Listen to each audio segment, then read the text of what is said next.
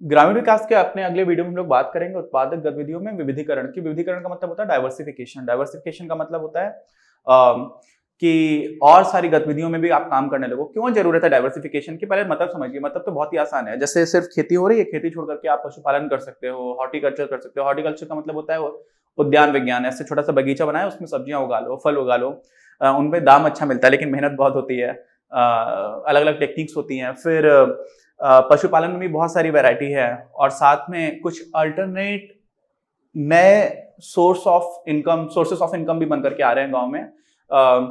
अभी कुछ कुछ टेक्निकल स्किल्स वाली भी रिक्वायरमेंट होने लगी है धीरे धीरे करके। और सरकार की एक योजना थी जिसमें सारे ही ग्राम पंचायतों को फाइबर नेटवर्क से जोड़ा जाना था, जिससे कि अच्छी स्पीड का इंटरनेट आ सके। हालांकि उसमें देर हो गई और उसका थोड़ा क्रिटिसिज्म भी हो रहा है, लेकिन कोशिश चल रही है। तो कई इस तरह की चीजें हैं जो गांव की अर्थव्यवस्था में उन सारे कामों को भी किया जाए खेती को छोड़ करके। क्यों हो रहा है ऐसा? तो पहले दो तीन चीजें हैं, समझ लीजिए। कारण कोई भी चीज हो रही होती तो क्यों हो रही होती, वो जानना बहुत इंटरेस्टिंग होता है। देखो, अंडरस्टैंडिंग के लिए बहुत इंपॉर्टेंट होता है, और साथ में आप भूलोगे भी नहीं, क्योंकि आपको पता है अच्छा ये समस्या थी इसलिए ये चीज की जा रही है। ठीक है, हर एक इस तरह की चीजों के पीछे कुछ ना कुछ रीजन तो वही है। तो सबसे पहली बात तो ये है कि सिर्फ खेती पर अगर आप आधारित रहते हो ना, तो बहुत ही ज्यादा जोखिम रहता है। फसल बर्बाद हो गई। फसल बर्बाद होने के बहुत कारण होते हैं यार। पानी सही से नहीं बरसा तो हो गई, पानी कम बरसा तो हो गई, पानी गलत टाइम पे बरस गया तो हो गई, जानवर खा गए तो हो गई, है ना। अभी यूपी में कुछ इस तरह की शिकायतें भी आई थी कि बहुत सारे जानवर हैं, परेशान कर रहे हैं।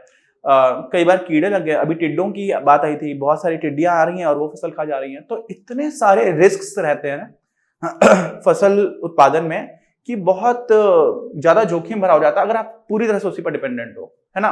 दूसरी चीज क्या है कि फसल उगाने में 2-3 महीने का टाइम लगता है, और उसके बाद से जो साइकिल होता है ना, सैलरी में तो आपको हर महीने मिल जाती है। कई ऐसे काम होते हैं, दुकान आप चला रहे हो, आपको रोज का रोज मिल रहा है। लेकिन खेती में बहुत लंबा टाइम हो जाता है, 2-3 महीने का। तो वो जो जेस्टेशन पीरियड है, जिसको हम लोग बोलते हैं गर्भकाल, वो भी बहुत बड़ा हो जाता है, और उस वजह से भी काफी समस्या आने लग जाती है।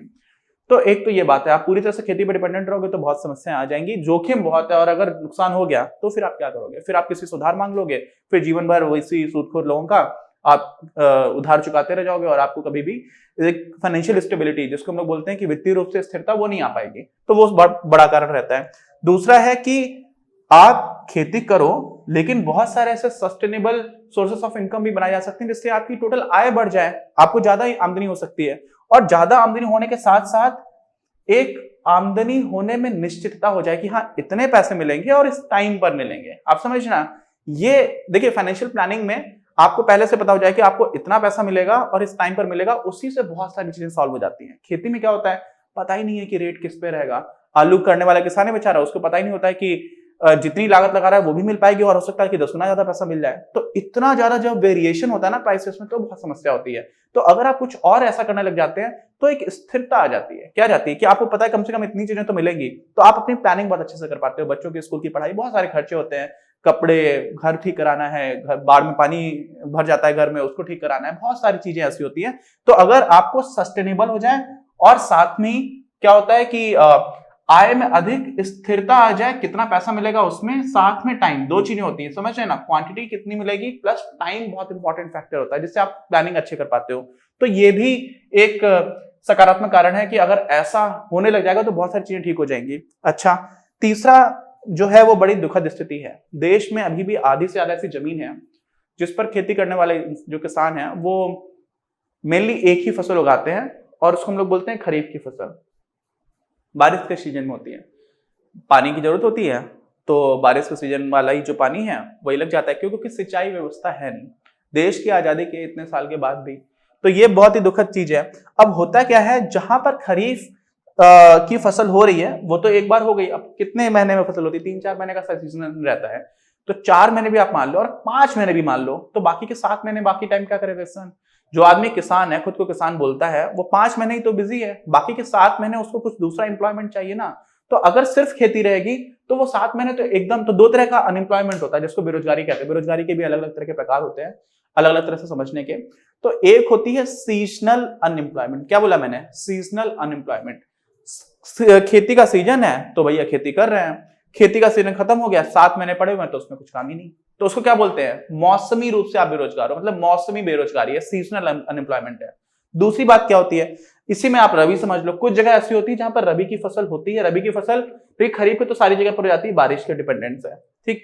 रबी की सिर्फ वहां पर हो पाती है जहां पर सिंचाई व्यवस्था मौजूद है, वहां पर नहीं हो पाती जहां पर सिंचाई की कम व्यवस्था है, अगर सिंचाई ठीक से नहीं है तो नहीं हो पाती। रबी की फसल नॉर्मली गेहूं वगैरह है, सर्दी के टाइम पर रहता है, अक्टूबर सितंबर एंड में, अक्टूबर में बुआई स्टार्ट हो जाती है और उसके बाद से फिर जनवरी फरवरी मार्च तक का सीजन चलता है, होली के समय पर गेहूं वगैरह काटा जाता है, तो ये वाला जो सीजन रहता है, तो ये सारी जगह पर नहीं हो पाता है। तो अब जहां पर रबी की फसल भी हो रही है वहां पे तो समझ लीजिए कि ठीक है 2 फसलें हो रही है साल में, तो बहुत कम दिन ऐसे हैं जहां पर किसी और एम्प्लॉयमेंट को तराशने की जरूरत है। एक और फसल होती है, कुछ ऐसे राज्य भी हैं जैसे उत्तर प्रदेश है, बिहार है, यहाँ पर क्या होता है कि अच्छी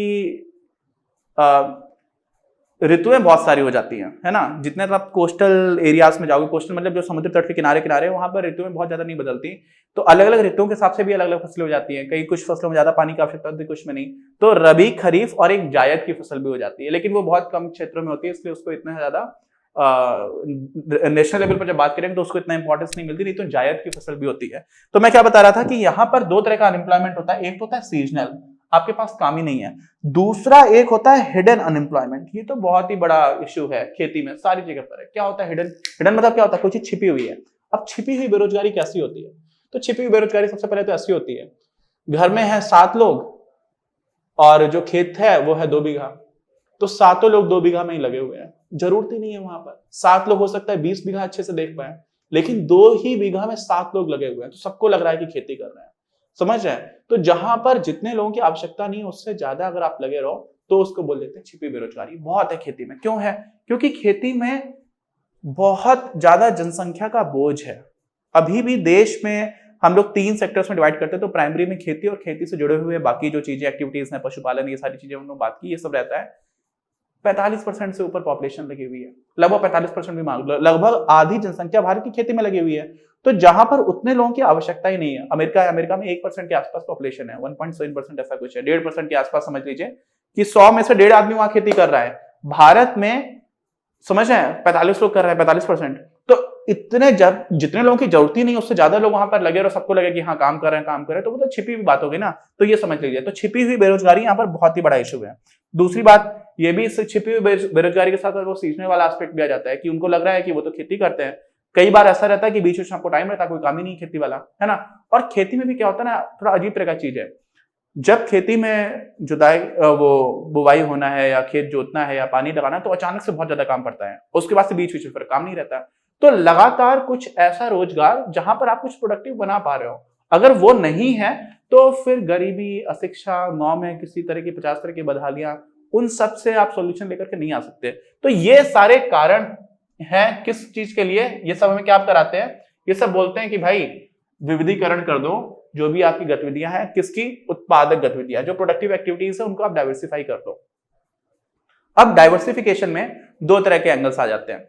एक एंगल तो आता है कि फसलों को ही किस तरह से उत्पादन करना है, इसकी प्रणाली में परिवर्तन कर दो। बहुत सारी एग्रीकल्चरल यूनिवर्सिटीज है, मैं अपनी चंद्रशेखर आजाद कानपुर में जब स्कूल में पढ़ता था तो वहां से होकर के आता था, तो मैं उसका उदाहरण देता हूँ बीच बीच में। ऐसे ही Indian institute of agriculture research है, तो ये सारे लोग बताते हैं नई टेक्निक से करोगे तो आपको फायदा होगा, कम पानी लगाने की जरूरत पड़ेगी, कम मेहनत होगी, ज्यादा अच्छा उत्पादन होगा। तो एक तो ये हो जाता है कि आप इस तरह की विविधता लाओ, साथ में किस किस तरह की फसलों का उत्पादन किया जा सकता है उसमें भी विविधता लाओ। तो ये तो हो गया बिल्कुल बिल्कुल खेती वाली बात कि आप खेती ही कर रहे हो, खेती को ही ज्यादा अच्छी तरह से कैसे किया जा सके, खेती में ही अलग अलग तरह की फसलें उगाई जा सके। जैसे कई बार दलहन फसलों को उगाने की बात की जाती है, क्योंकि दलहन जो दाल वगैरह होती है ना, उसमें क्या होता है, उनमें जो नोड्स रहते हैं जड़ों में, उसमें नाइट्रोजन फिक्सेसिंग बैक्टीरियाज रहते हैं, तो वो जमीन की उर्वरक क्षमता को बढ़ा देते हैं। तो दाल उगा लो एक सीजन में, इस तरह की बातें होती है। तो बहुत सारी चीजें ऐसी होती है कि फसल उगाने में ही आप परिवर्तन लेकर के आ जाओ। इस वीडियो के प्रायोजक हैं आप, और अगर आप ऐसे ही और वीडियोस बनाने में हमारी मदद करना चाहते हैं तो पैट्रियन पर जाकर या फिर स्क्रीन पर दिए गए QR कोड को स्कैन कर अपना योगदान जरूर दें। अपनी क्लास का उद्देश्य आप सभी के लिए आप ही की भाषा में गुणवत्तापूर्ण शिक्षा उपलब्ध कराना है। कक्षा 12 तक के सभी प्रमुख विषयों पर हम वीडियोस बना रहे हैं और कुछ विषयों पर वीडियोस आपके अपने चैनल अपनी क्लास की ही अन्य प्लेलिस्ट पर अपलोड भी हो चुके हैं। ज्ञान के प्रकाश से देश को सशक्त बनाने के हमारे इस प्रयास में इस चैनल को सब्सक्राइब करके और लोगों के साथ शेयर करके अपना बहुमूल्य योगदान जरूर दें। बढ़ेगा इंडिया तो बढ़ेगा इंडिया।